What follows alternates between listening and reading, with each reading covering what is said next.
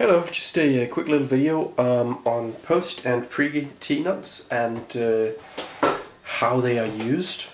So right now I have the camera pointed here at a pre T-nut that you can put in before you assemble things, and that's pretty much why they're called pre T-nuts. They're put in pre-assembly.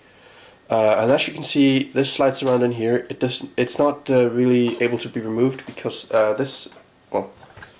because I have this blue thing up here. Technically I could press it up through here because this actually does allow, but for these channels here, for example, I can't get any in because this thing is here. So for most of the time they are pretty much exclusively pre-nuts. Now the other nut type is post nuts. Let's see if we can focus on that. They look like this. They're considerably smaller. I'll hold it up next to this one because, and let me remove one of them from here. Okay, there we go. As you can see, if my camera wants to focus that closely, whoopsie. Okay, I'm gonna have to use both hands here.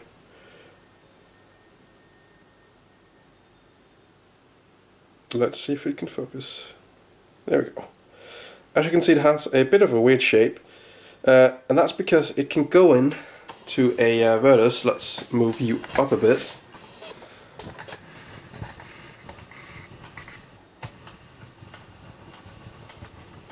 There we go. It can go in. I'm just going to take my Allen key here and jam it in the hole, sort of like that. It can go in here into the Virtus like that, and then the odd shape in the middle of it, oh, you can't see that from my fingers, might be able to do it like this then. So you can see the center of it is kind of oddly shaped. That's because it allows it to rotate 90 degrees, but only 90 degrees. Once it gets to 90 degrees, those sharp corners there on the, and let's try and zoom in on that, the sharp corners there stop it from rotating any further. So that's pretty neat because that means you can put in stuff afterwards. They do have a bit less surface area, of course, because they are smaller, and they do have a bit more backlash in them because they can turn, something that the normal nuts don't really do. But for most things they would be more than sufficient. I have used pre-T-nuts in the majority of this assembly, because the T-nuts I'm using are the ones from Open Builds, which are fairly flat. But if you use the normal T-nuts that pretty much fill up the channel, you might not be able to use them up here if you have the slotted versions like I do.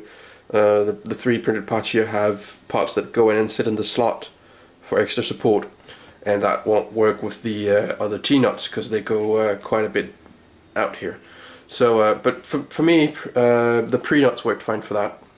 Now, where post T-nuts really do shine is for putting stuff on afterwards. Like this is a spool holder. I'm gonna zoom out a bit again. This is a spool holder like you see up there. This basically sits on the inside there, and there's two of them, and then that has a rod going through it which rests in its slot. And now the way I usually put on pre-nuts is I put them on the bolts first.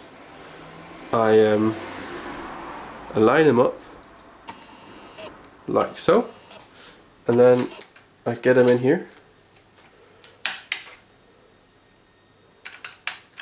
and then I keep an eye on them from the side and make sure they turn, and I get all of them to turn. And let's see if we can get you in on that over here.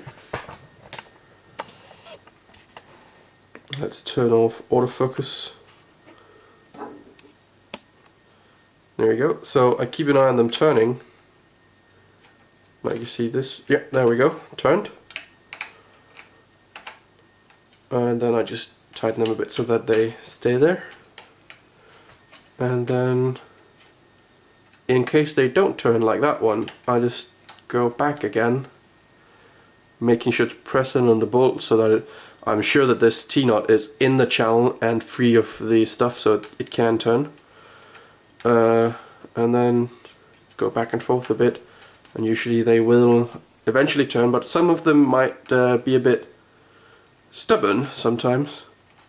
It would be nice if we got one of those in camera. We didn't, but sometimes it will be a bit stubborn, but you will most of the time be able to get them a 10 degrees up at least, then you could go in and poke them up the rest of the way and then tighten.